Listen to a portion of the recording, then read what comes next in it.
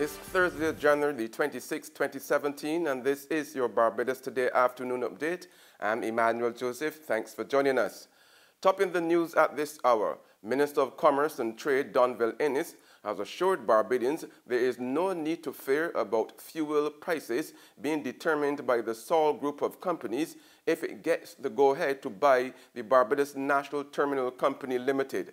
Speaking yesterday at the launch of Platinum Motors, Ennis debunked recent comments made by Chief Executive Officer of Rubis Caribbean, Mauricio Nichols, that Sol would be able to control prices as the single owner of the oil terminal. The Minister of Commerce is the individual who determines the price of fuel at the pumps and the price of oil gas in this island. And for the past years, that minister has certainly established a mechanism to do such.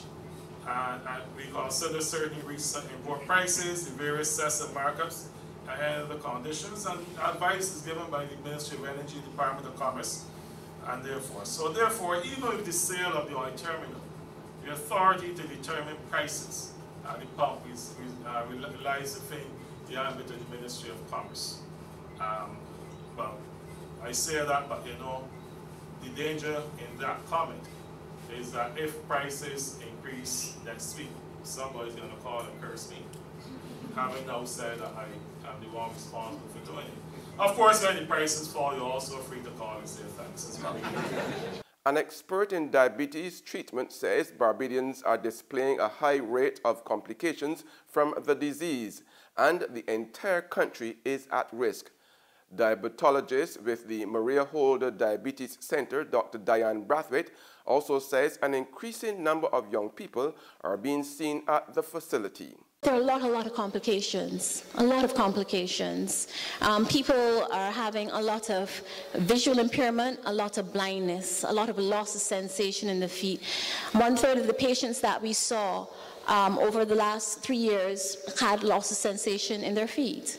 Okay?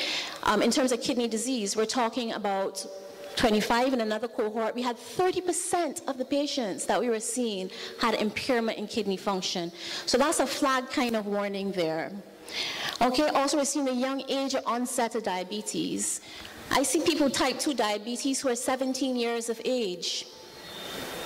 17 and 18, these people, as my father was saying, they have another 80 years to live, you have another 90 years to live. So it means that they have a much longer time, that they have to take really good care of themselves to avoid complications. Another point, diabetes is not necessarily being diagnosed early enough. And so that means if we know, first of all, I think in Barbados, we're all at risk, okay? So whether you have a family history that you know of diabetes or not, we're at risk, full stop. Okay, if 20% of the population has it, everyone is at risk. That's my theory. Dr. Brathwaite was speaking at the first Oscar Jordan Symposium at the Queen's Park Steel Shed last night. The acting president of the Barbados Chamber of Commerce and Industry, Edward Clark, has come up with a list of recommendations for boosting productivity in the government sector. Speaking at the first Chamber Business Luncheon for the year at the Hilton Resort yesterday and in the presence of Prime Minister Francis Stewart, Clark suggested adequately resourcing the Barbados Revenue Authority to have an efficient system in place. Businesses need a faster clearance of goods through customs. Green should mean green. Allow the public to make payments to various government agencies online. Use of technology to access up-to-date information on the progress of applications at the town and country planning offices. And the fast tracking of investments over $50 million through the Business Facilitation Unit. In sports now, Guyana Jaguars and Jamaica Scorpions, two teams that lost in the first round of matches in the Super 50 tournament, will be the feature attraction in the match at Kensington Oval this afternoon. Now, this morning, combined campuses and colleges Marooners, winners in the first round, met the composite ICC Americas side at the Wynwood Cricket Club in St. Philip. Up to news time, no results were available.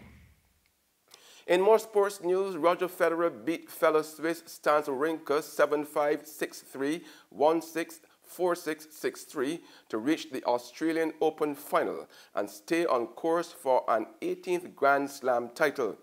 The 35-year-old will face Rafael Nadal on Sunday if the Spaniard beats Grigor Dimitrov in tomorrow's semi-final. Now, the Swiss, returning from a 6-month layoff to rest his left knee, last won a major at Wimbledon in 2012. He's the oldest man to reach a Grand Slam final since Ken Roswell did so at the 1974 U.S. Open at the age of 39.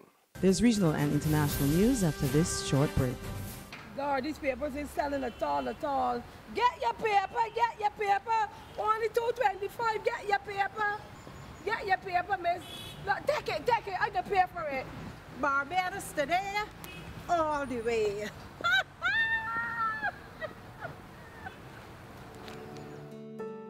The Barbados Today, news you can trust.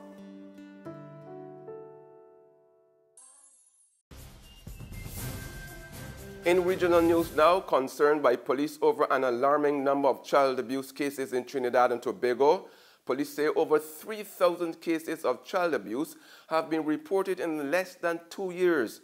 The most common is sexual abuse. Startling numbers of children being abused in Trinidad and Tobago.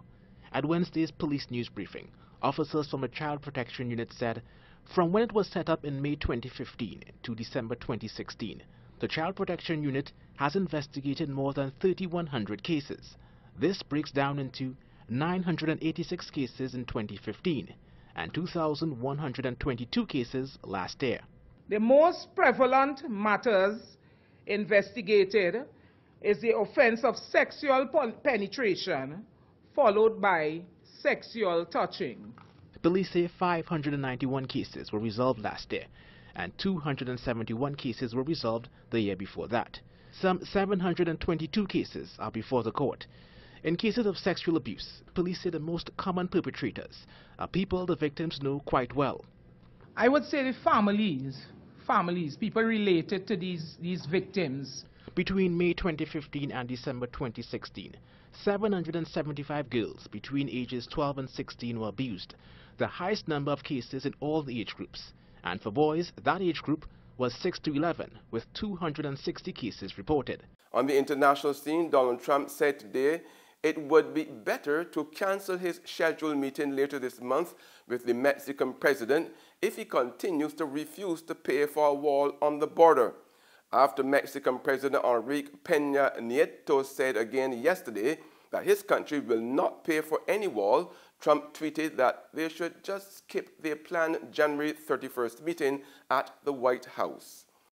In a nearly 3-minute video posting on Twitter, Mexican President Enrique Peña Nieto basically said he does not believe in walls, he will never pay for a wall, and he will always protect the interests of Mexico. What he did not mention was his upcoming visit to the United States to meet with President Donald Trump. And this comes on the same day that Mexican senators asked him to cancel that trip in order to demand respect, to demand dignity in this new relationship between the two administrations. And while, again, he did not say he is canceling that meeting, he closed that video by demanding that respect and offering friendship to the United States. And that's news and sports. But for the very latest, visit our website at www.barbadostoday.bb. Now also subscribe to our e-paper, email updates, and like us on Facebook. We are also on Izumi Media in bus terminals, or screenplay at supermarkets and gas stations near you, as well as Channel 99 on Flow TV and Mix 96.9 FM. I'm Emmanuel Joseph. Have a fantastic day.